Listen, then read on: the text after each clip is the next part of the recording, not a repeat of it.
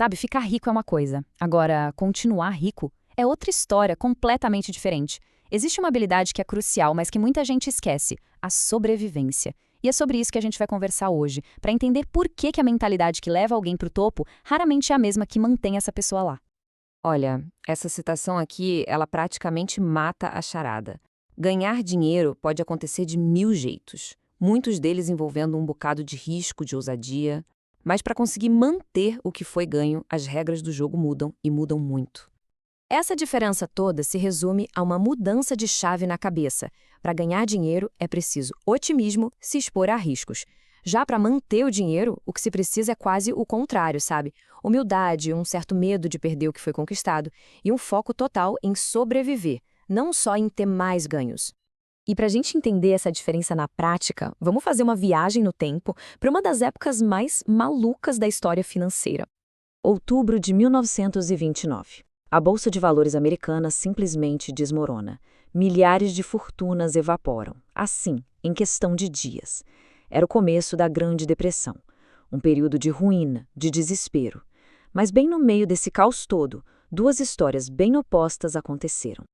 De um lado da história, a gente tem Jesse Livermore. Ele era, talvez, o maior especulador da sua época, um verdadeiro gênio do mercado, famoso por ser ousado, por arriscar alto. Com 30 anos, ele já tinha uma fortuna que hoje seria o equivalente a 100 milhões de dólares. O cara era mestre em ficar rico. E aí, bem no meio do crash de 1929, Livermore fez a aposta da vida dele. Ele operou vendido, apostando que o mercado ia despencar. E não é que deu certo? Em um único dia, enquanto o mundo financeiro ruía, ele ganhou o que hoje seria equivalente a 3 bilhões de dólares, uma quantia que é até difícil de imaginar. Imagina a cena na casa dele naquele dia. Foi um drama. A família o recebeu aos prantos, achando que ele ia se matar, algo que estava acontecendo muito com especuladores que perdiam tudo.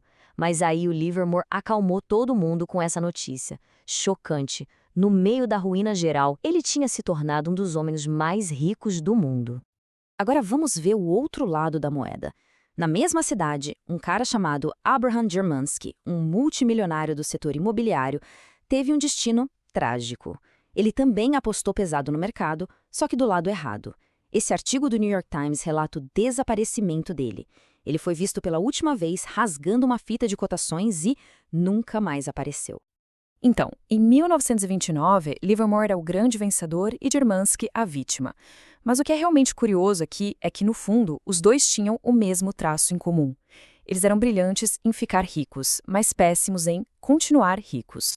Pois é, apenas 4 anos depois, a maré virou para o Livermore.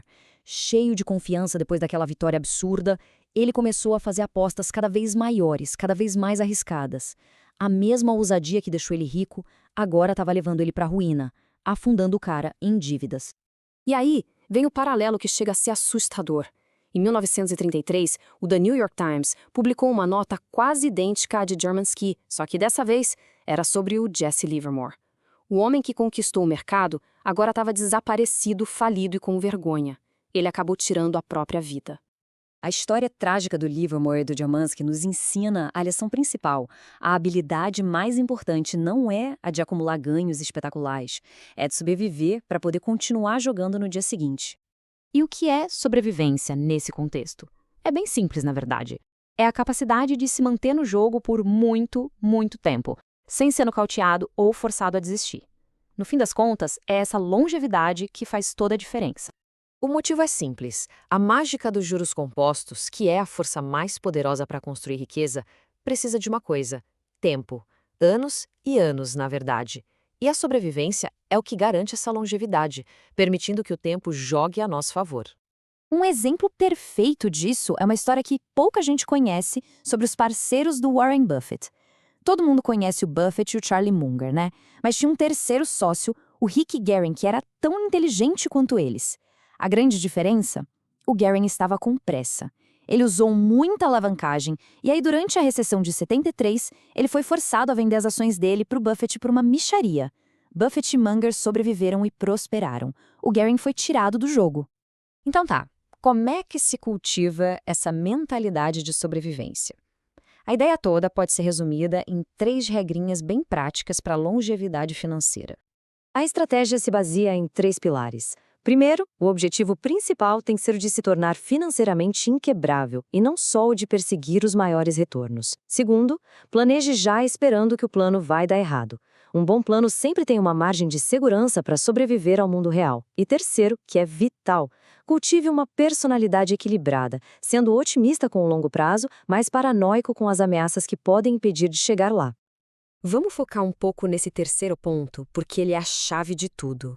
Ser um otimista paranoico. Parece uma contradição, né? Mas é a mentalidade mais forte que existe. A parte otimista vem de entender que, no longo prazo, as chances estão a favor do crescimento.